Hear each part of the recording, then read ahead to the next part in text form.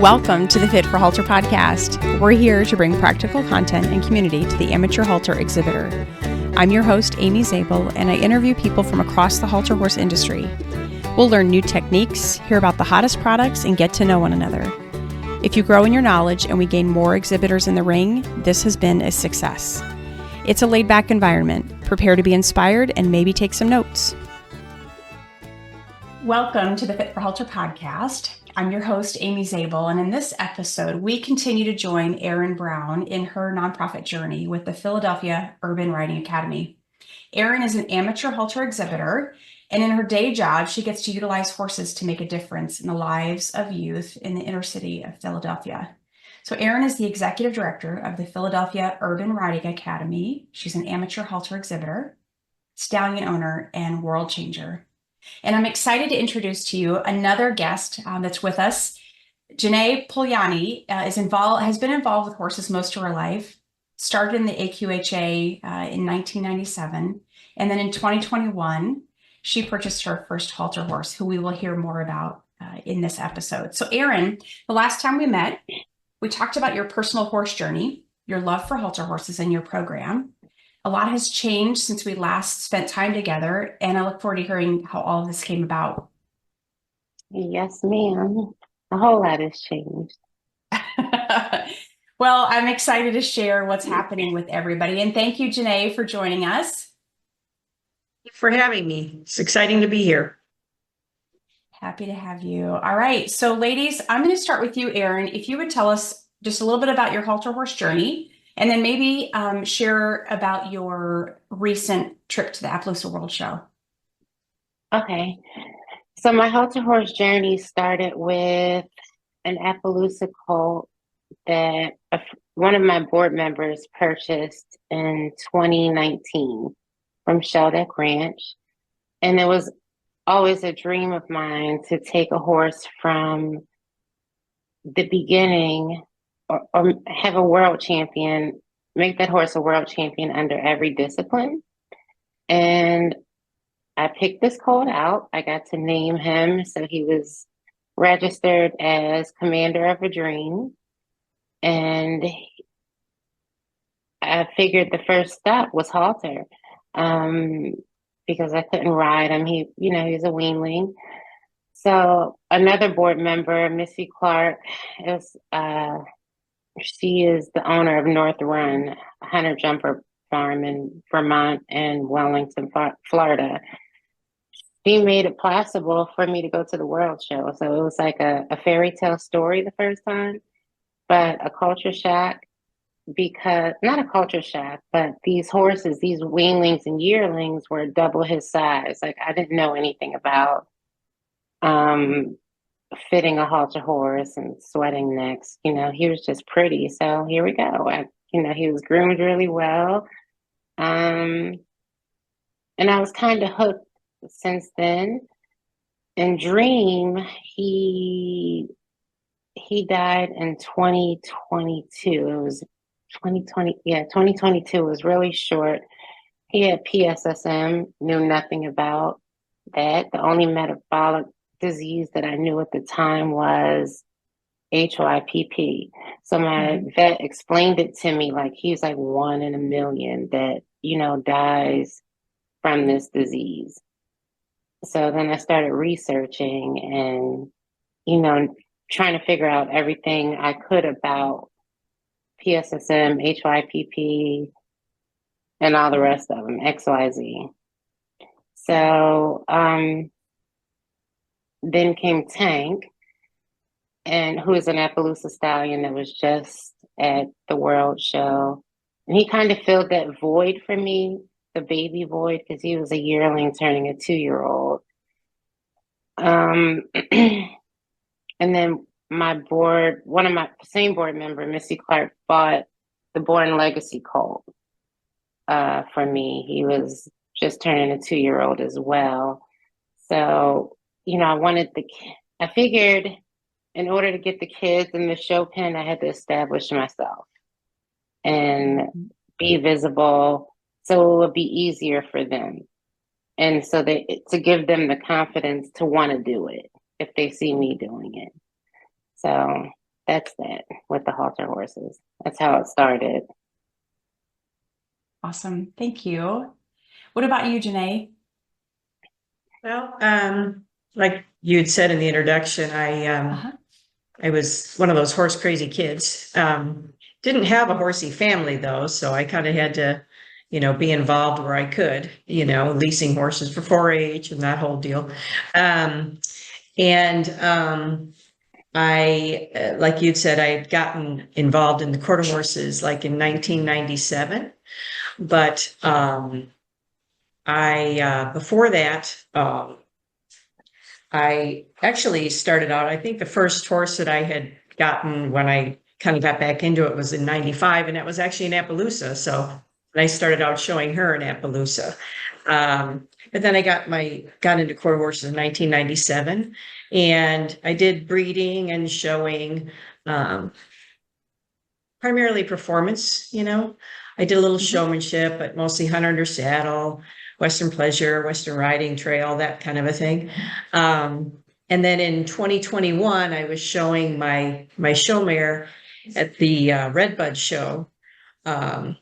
And I saw Uno, the I Am the One and Only colt, when he was a yearling. He walked by the stalls. And I just kind of like, wow, who's that? And so that was my first foray into the halter horse world, because at the same time I was having some problems with my hip, and the doctors had advised me to kind of lay off riding for a period of time. So I thought, well, perfect. I'll do halter so I can keep exhibiting myself. And so that's kind of what started the whole thing. So, yeah. All right. So how did the two of you meet?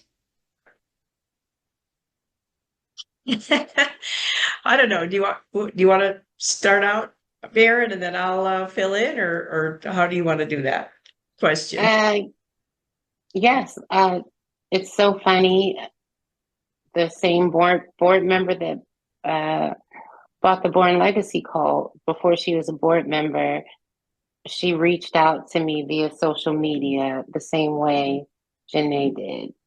And, just wanting to know more about the program and how she could assist. So Janae reached out to me on Facebook Messenger, and asked me if I knew her stallion. And I'm like, of course I know who he is. And we set up a phone call, and I thought it would be like a brief call, but it was a really long one. And I remember I was working horses off the golf cart at the same time. And I speculated that she was going to offer a breeding to him. And she says, so do you want him? And I'm like, do I want him? and I said, yeah. And she was like, you can ask about me, ask about the horse. And I already did, because a good mutual friend of ours who also has been helping me through this journey, Ed Lawrence. And he thought, when I started telling him the story, he thought I was going to get a free breeding as well. I said, no. She asked me if I wanted him. She said, girl, take the horse. Yes, you want him. And he just spent the most time singing Janae's praises on the phone, her and her husband. So he said, did you see her? She is so beautiful. You have to see her in person. So that's my version, I think, of how it went. Yeah. Well, that's pretty much, kind of what happened. I had actually seen a post on Ed Lawrence's page on Facebook. I knew Ed Lawrence for years because I was involved in Illinois in the Land of Lincoln Quarter Horse Association, as well as the Illinois Quarter Horse Association. And Ed was involved at the time too, before he moved back to Louisiana. And I had seen a post about Erin and her program, and how she was, her dream was to have good stallions and to be able to breed and produce some nice offspring for her kids. And then they could bring these babies up and show them, and it would be a good learning experience for them. And when I saw that, I thought, wow, because my husband at the time fully retired in August of 2023. And I had promised that I would whittle down the horses so that we could relocate to Florida. So when I saw that, I thought, wow, okay. It just seemed like it was like a God moment. So I contacted Erin and asked her if she had a place for Uno, if that would be something that she'd be interested in. And so the rest is history. So What a great story. Thank you for sharing. We'll hear more about Uno, I'm sure, as we go along. So, Erin, can you tell us a little bit about the story of PURA, how that began, and then the involvement that PURA has with horses? So so if you haven't seen, or the listeners haven't seen, the Netflix movie Concrete Cowboy, it's based off of a history of urban cowboys and cowgirls in Philadelphia on Fletcher Street. So that's where I grew up riding. My parents first took me there when I was 6 years old, and it was history ever since. So it was like this community of cowboys and cowgirls made it possible for me to ride and compete for free. Like my mom was a single mom, and they would put their money together like a melting pot and, take me to shows. And I want to say since I started competing to my mid-20s, I did hunters, jumpers, and equitation was my main thing. I didn't switch over till Western until, I was 20. My plate uncle from the stables would never let me ride Western. He would always tell me I'm too pretty to ride, I'm too pretty of a rider to, be sloppy in the Western saddle. So I had to ride English. I was the only person that rode English. So it was never an actual organization. So before filming Concrete Cowboy, I managed the Fletcher Street stables for, I want to say 12 years, like right out of high school until maybe longer than 12 years, until like 2019, until filming Concrete Cowboy. And one of my boarders, who became a good friend, I knew him when I was younger, but he spent a lot of his life in jail. So I only saw him a couple years, and he was back in prison. And then when he got back out, I was an adult. And so he was like the boarder that said, well, here, I pay my rent in advance. And he would pay for 8 or 9 horses 3 or 4 months in advance. Like, he just had big bucks. I never questioned it. So he told me about his vision of, because he only had so many horses. He loved pretty horses. He's only had the horses. He would buy the horses to employ the people in the neighborhood, to take care of them, but for the kids to ride.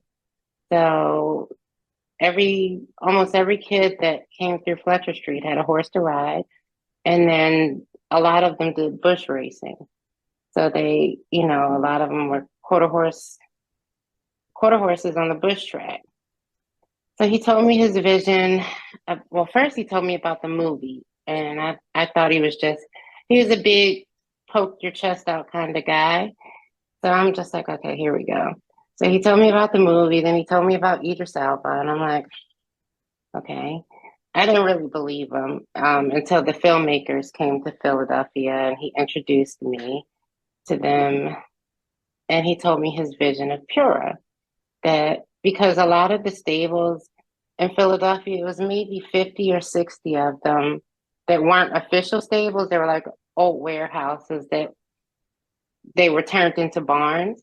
A lot of those people were relocated due to redevelopment and gentrification, stuff like that. So he said, I want something for the community, for the kids that can't be taken away. So he initiated the nonprofit status part. And a month before filming Concrete Cowboy, he was killed.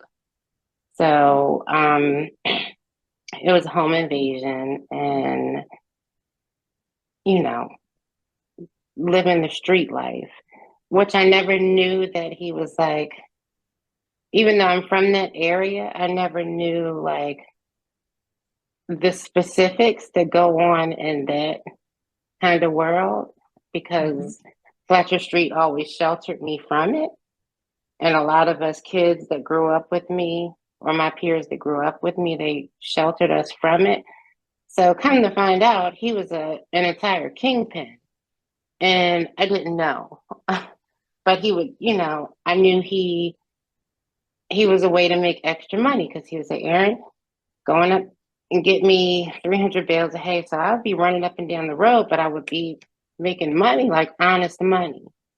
And he always told me, he said, I'm going to show you how to make money the right way. So, you know, and he would pay me to ride his horses 4 or 5 days a week. So, but yeah, he's responsible for the Concrete Cowboy movie as well. And so, yeah, he was killed a month before filming. So there's like at the end of the movie, there's a in memory of, and there's a big picture of him at the end of the film. Okay. So do you find the movie making an impact on what you're doing today with PURA? Is there an ongoing impact from the movie? Yes and no. I think so many, I think my connections that I made, like through Missy Clark, she really opened so many different opportunities for me in the equestrian world and pushed me to tables that I would have never had a seat at or imagined having a seat at. So she would introduce me to, I remember I was at a gun violence rally on a horse, and she called me. She said, hey, USEF is doing a board, they're doing a board of directors for a new initiative for diversity and inclusion. Do you want to be on it? And I'm like, USEF, like I'm a city kid. So I said, sure. And she would just put me in these rooms over and over and over again. So I do think without her, I mean, with her help, I've made so many different things possible. The movie does help, but it did, you know, back then, but, you know, it's not a thing that people talk about all the time. It's something the kids can be proud of. To, you know, that's where they're from initially. They're looking forward to part 2, which is based on my life story. So, yeah. When can we expect for that to happen or come to fruition? They're still writing it. It's not going to be a movie, it's going to be a series, because they want to, it's so much and so much detail. So they're still working on it, probably within the next 2 years. You can expect the book first. Wow. Well, the book is always better than the movie, right? Yes. So we'll read the book Yes. first. Whoa, I'm anticipating an autograph before you get. We're friends. You don't need no autograph. So, it sounds like you've had a series of people who've made an impact in your life, and you have made an impact in others' lives through relationships and your life story. Tell us about the horse side. How do you see, or what maybe are some examples of horses making an impact in the lives of the people that you serve? So the Appaloosa stallion that was just at Appaloosa World, I have his 3-year-old brother, full brother, his 5-year-old half sister, and his yearling brother. His 5-year-old half sister was one of my projects that I knew I had to, I mean, his 5-year-old sister was one of my projects I knew I had to start. So she was on pasture. And one of the kids that was on Fletcher Street, he showed up to the barn one day, and I've known him since he was a little kid, about 6 years old. And we went to go check on the pasture horses. And he said, "Who is that?" I said, "That's Philly girl." And he said, "Well, I want her." I said, "Okay, well, this is a commitment." So this was right before school was out. And I said, "I'll bring her in for you, but you're going to be responsible for, her care on the weekends." And he told me, he said, "Erin, I stopped going to school." And I said, "What do you mean you stopped going to school, Corey?" And he said, "Because I'm petrified." I said, first, listening to a 14-year-old from the city just say petrified, just like, okay, so petrified of what? And he said, "I'm scared to get shot." And he said at the end of the school year, one of his friends was on the bus, and he saw there was a shooting on the public transportation bus, and one of his friends got shot. So he stopped going to school, went into a deep depression, and he was failing. So, and he was in the 8th grade. So Philly girl, I brought her in from pasture, brought her to the barn where we're boarding. I told him she doesn't know anything. So you have to teach her, and I'll help you. And he's been doing everything with Philly girl. And he told me, he said, "I feel like a kid again." He said, "Whenever I'm at the barn, I get to feel like a kid, or whenever I'm with you, I get to feel like a kid. At home and in his neighborhood, he has to take on this adult role at such a young age." So he showed me his report card maybe a month and a half ago, and he got straight A's and 1B. And his mom, I went to pick him up one weekend. He always oversleeps. And his mama came to the door. She said, "Thank you so much." He loves going to the barn. He's doing well in school. He wants to go play sports again. He's getting his life back from what he saw.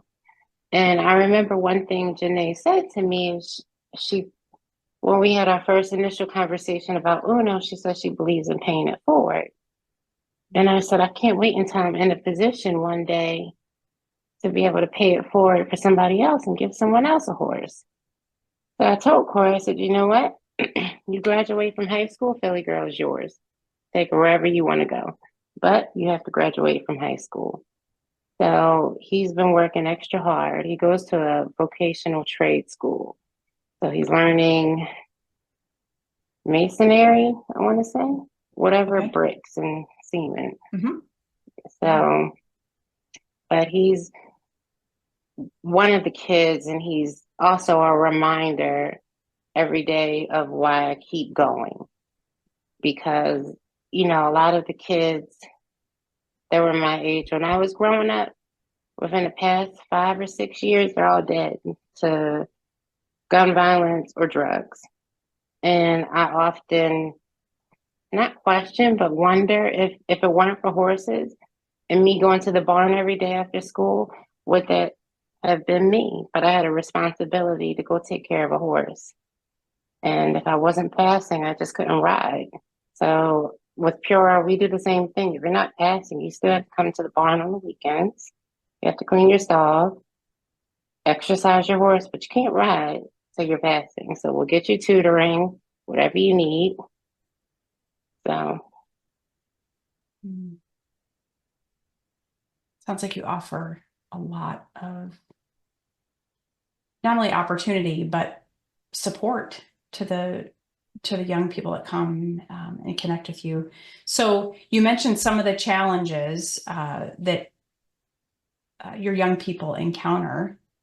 Tell us a little bit more about what PURA does to help? You mentioned stall cleaning and riding. Is there anything else that you offer, or maybe programs that you offer? So I call them the Junior Concrete Cowboys and Cowgirls. Uh-huh. You know, it's basically a program that's open to inner city youth for free.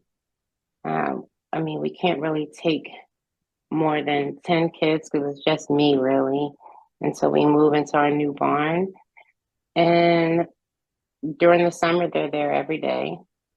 And they do barn stuff. They, whatever comes along with, they go get grain, they do hay deliveries, they do everything. And then they learn how to ride. Corey's a little different because he likes that horse right there.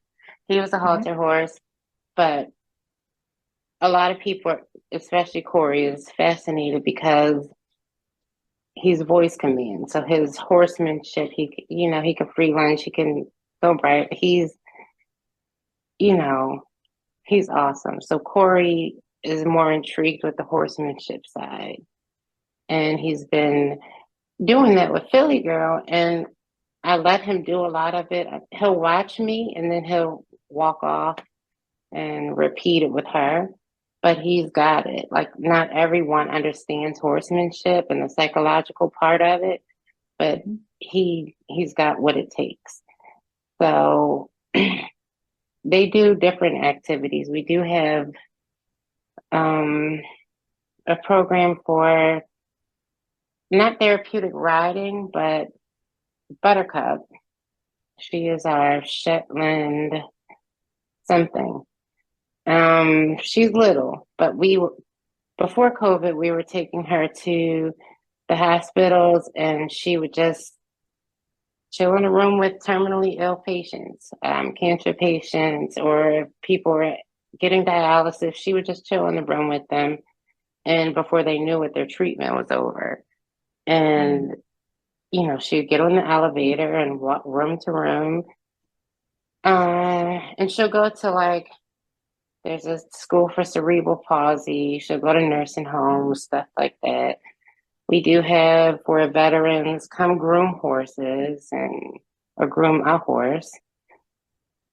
So we offer quite a few programs. Mm-hmm.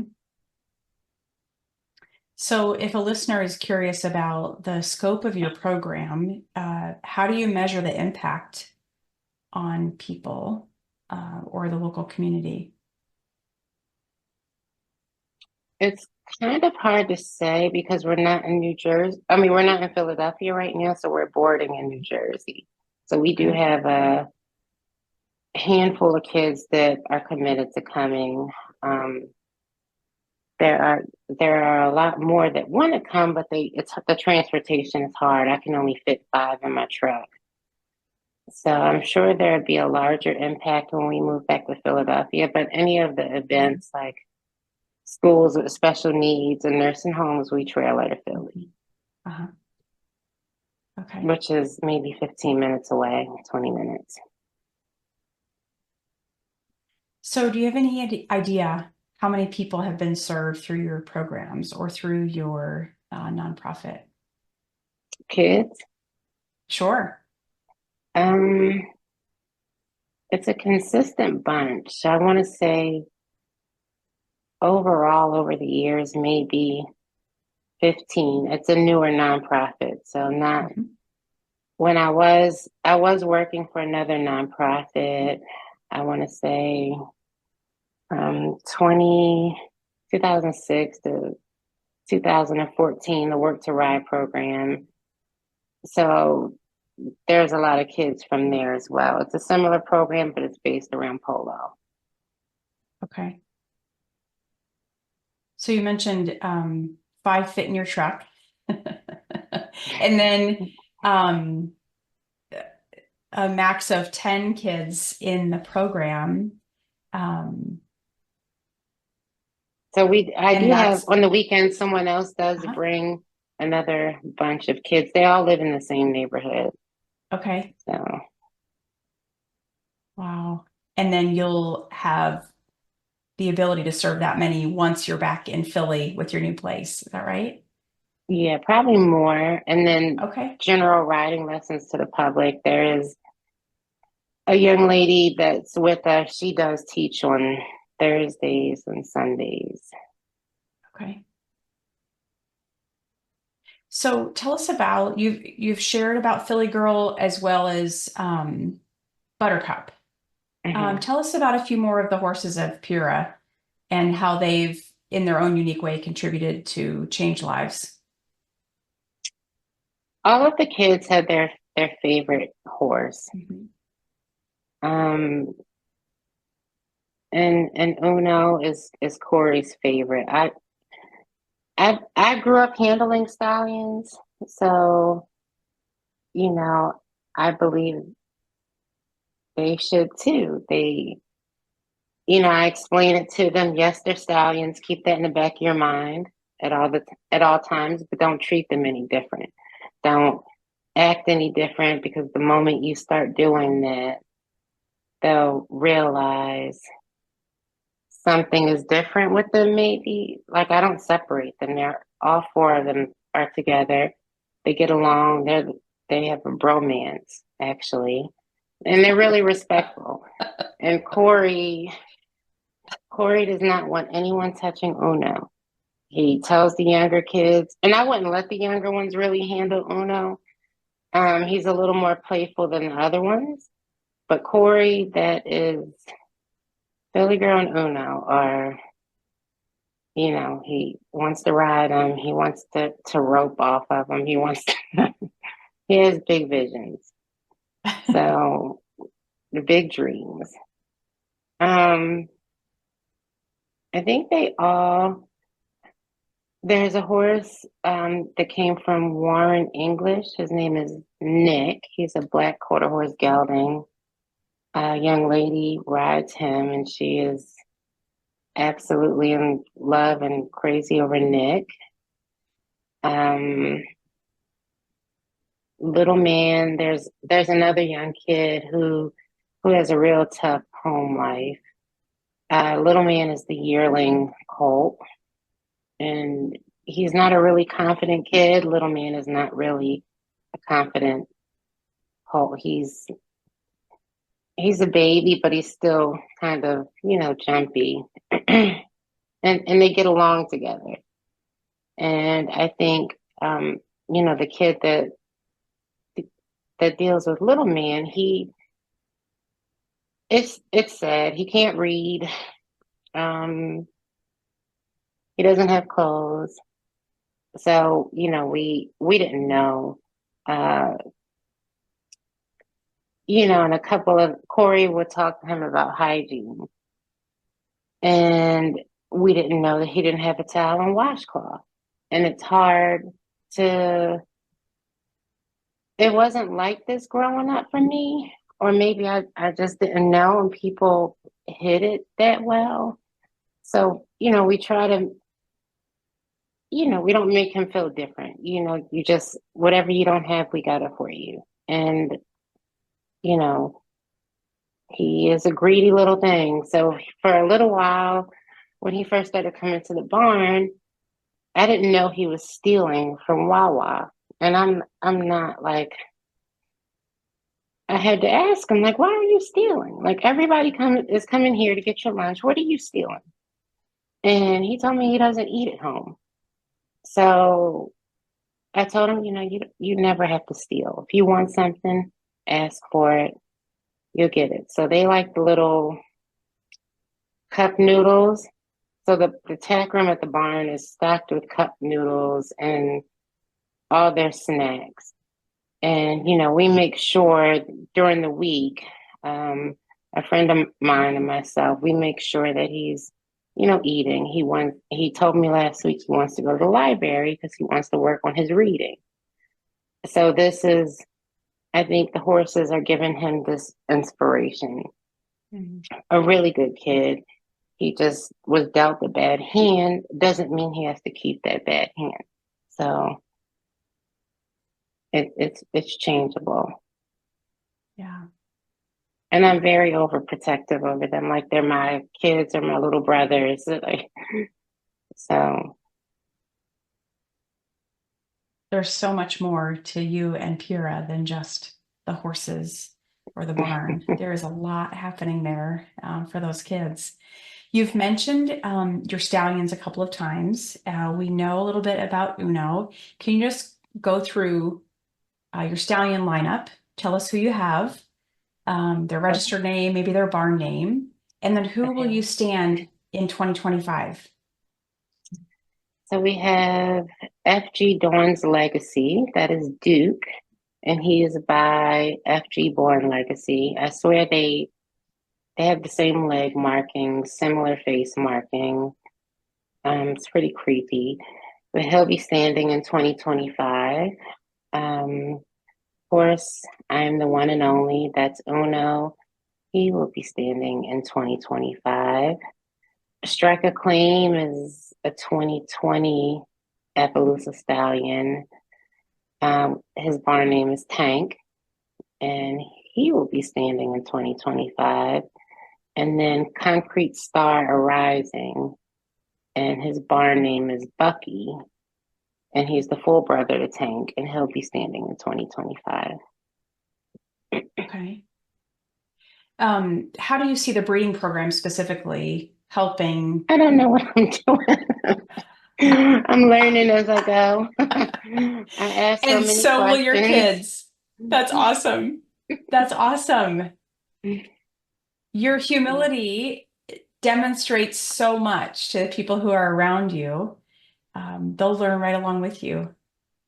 Yeah, they're learning right along with me. I ask questions all the time, and I'm sure people are tired of me asking questions.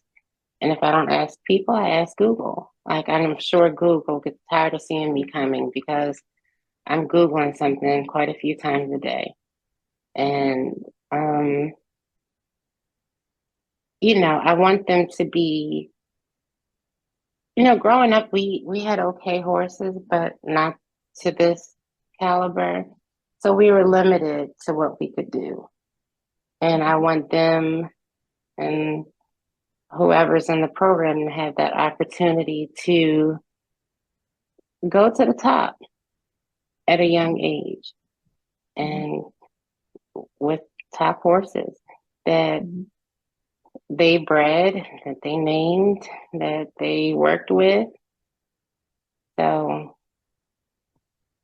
that's the vision, but the whole breeding process is, I'm learning. Yeah. Something that I have experienced in the process of doing the podcast is that every professional that I've encountered has said they are open to people's questions. They welcome people coming up to them at horse shows or reaching out to them via social media with questions. I think you're among supporters and fans and folks who would be more than happy. So I don't think you're wearing anybody out. You have this wherewithal to get this done. I'm really honored to be able to share it with our community. So we've talked a little bit about the Uno story, how the two of you met, and Janae, even how you became involved with PURA. So you made the decision to donate your stallion to the nonprofit. What insight can you give other horse owners about your experience with the process of learning about the organization and making a decision to partner? Well, sorry. It's really kind of a simple process. In the past, I've been blessed to be able to donate horses, performance horses, to collegiate programs. Like we've donated several horses to SMU and one to TCU and things like that. And it's always, for me, it's kind of a win-win, because who doesn't want, and just with Uno too, I mean, who doesn't want their horse to go somewhere where it can be helpful and blessing somebody else, but also that horse has endless love and a great life, right? So, when we contacted Erin and we started the process, it's really quite simple. I mean, you have to get a professional horse appraiser to appraise the animal. And then you give that appraisal letter to the entity, in this case, PURA, and then they give you, back a letter that they've received this animal, no strings attached, basically, that you're, actually donating it. And so it's really quite a seamless process. And I would say to people that, because when I first found out and I did research on PURA, I did watch the Concrete Cowboy movie, and some of my other friends that are involved in like WCHA and whatnot, because I was on the board with them. I've encouraged them to say, hey, did you hear about this? And, try to get the word out and watch the movie. And they were all very impressed with that. And I think this podcast will be helpful because hearing the stories of the impact that the horses make, what more could you ask for, right? I mean, Right. your horse is, loved and cared for and is able to do good for others. I mean, what more could you? It's a win-win for sure, for sure. Yeah. So I would encourage anybody to, be willing to, step out and do that, because horses can be extremely impactful.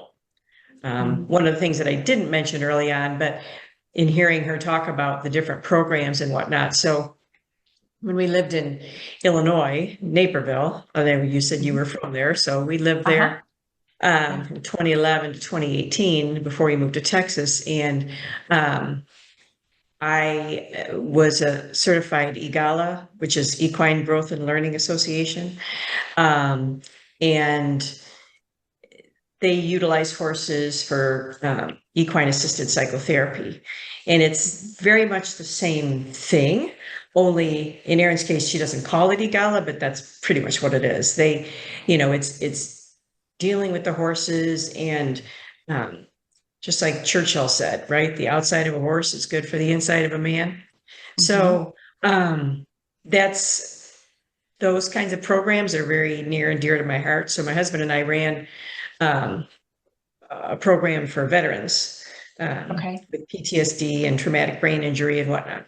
And we ran that program, free of charge for people. And they came and they took part in activities with the horses and stuff. And it really does impact people in a positive way. So I would encourage anybody to look into doing that. And even if it's not,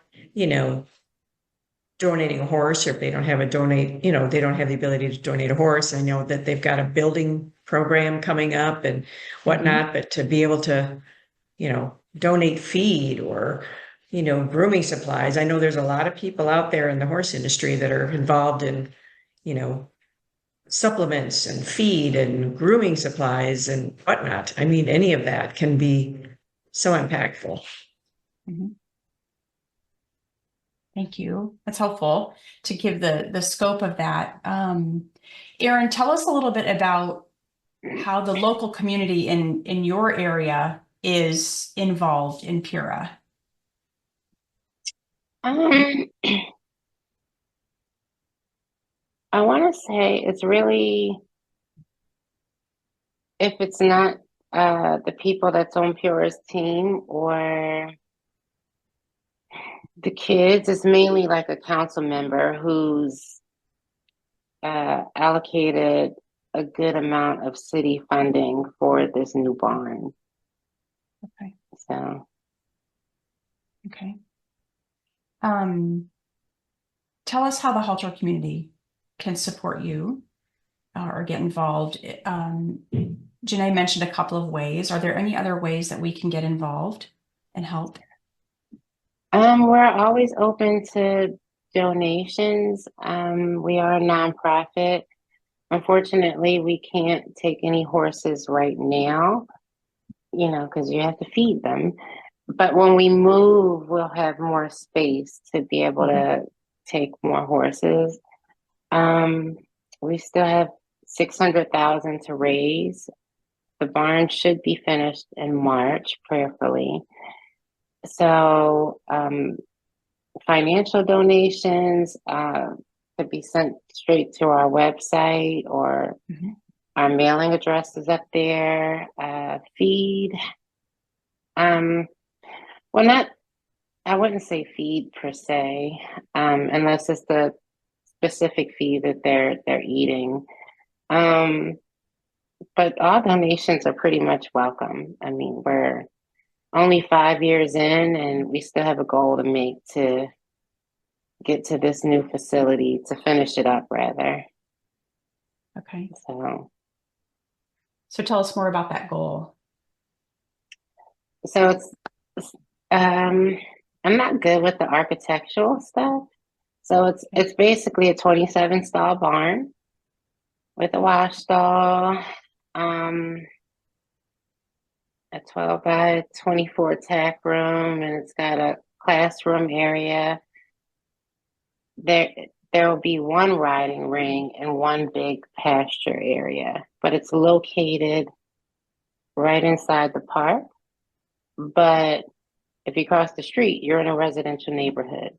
This park has its own trail system, so the kids never have to leave its property. So it's a waterfall, it's a lake. They can take the horses in the water. They can go, I think it's maybe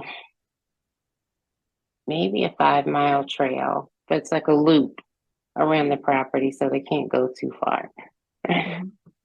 So, but we do have $600,000 to raise. Okay. Hoping the city cough up some more. And we do have there's a rap artist from Philly. Her name is Eve, and she had a TV show as well, on a talk show.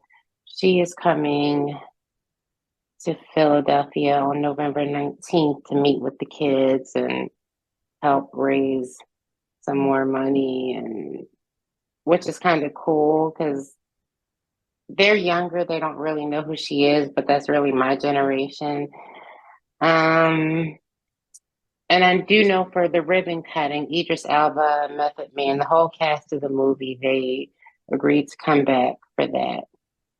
So we have exciting things to look forward to, especially moving back home to Philadelphia. And it's convenient for the kids. I don't have to drive as much all over the city to get them, and then over to New Jersey. And it's 5 minutes from my house, which is good too. It sounds like a beautiful place where your barn will be. Tell us what the goal is, or the total amount of the project for your capital campaign. It's a $2.3 million. Okay. So in 2019, I think it was a little over $1 million then, but with the cost of everything raising. So we were initially going to use a existing city building for the project, which was costing a lot more than the barn that we're building. Political things happened in the city where Parks and Rec said, no, take this 3-something acres of land, build the barn that you want here, clear the land. So it was a blessing in disguise, because it's a 16 stall barn versus 27 stall barn. Okay. So more halter horses. The kids want to do rodeo. Yes. I don't blame them. They want to do rodeo. That's awesome. So they want congratulations. to ride Sorry, go bulls ahead. and stuff. The young lady, she wants to ride a bull, but she's tougher than all the guys. I said a bull. Okay. But so I have good friends in Maryland, and a good friend in Maryland, and his kids are on the high school rodeo circuit. And he said, Erin, just bring them down a couple weekends. We'll put them on some bulls, show them how to rope. And that's out of my league. Equitation, you want to do something like that? I'm your girl, but not rodeo. Yeah. Just want to say congratulations to you on on the size of the project and how much you've raised so far. Thank That's you. pretty fantastic. And the amount of people who've rallied around you to say, whenever you need them, that speaks to your credibility and your character, and the effort that you're making, and really the difference that you're making. So let's just break it down for people. Want to make sure that everybody knows a couple of different things before we wrap up.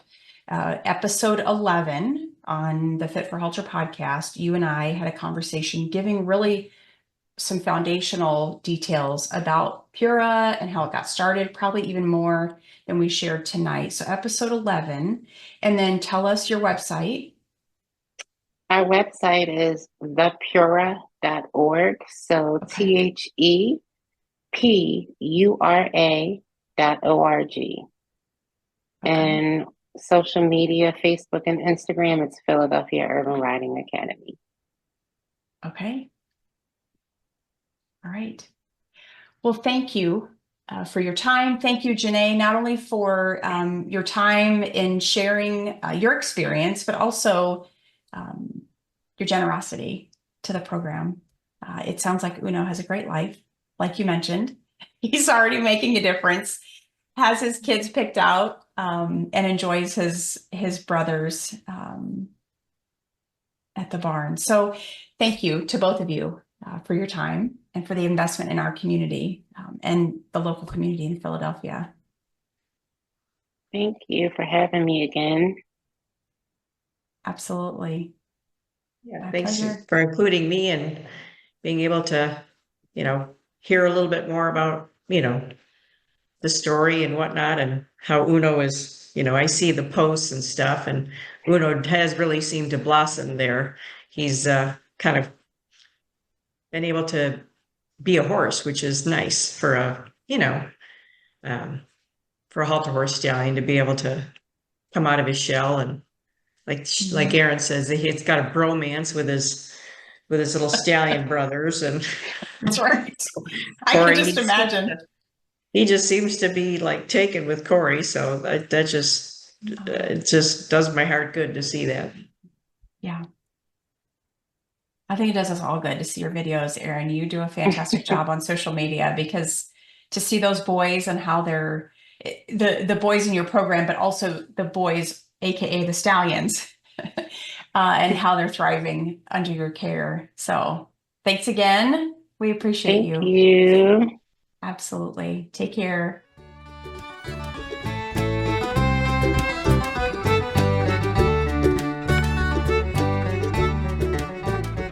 Hey, if you're an amateur or a professional willing to share your story or bring content that helps us with our halter horses, you can email me at fitforhalter@gmail.com.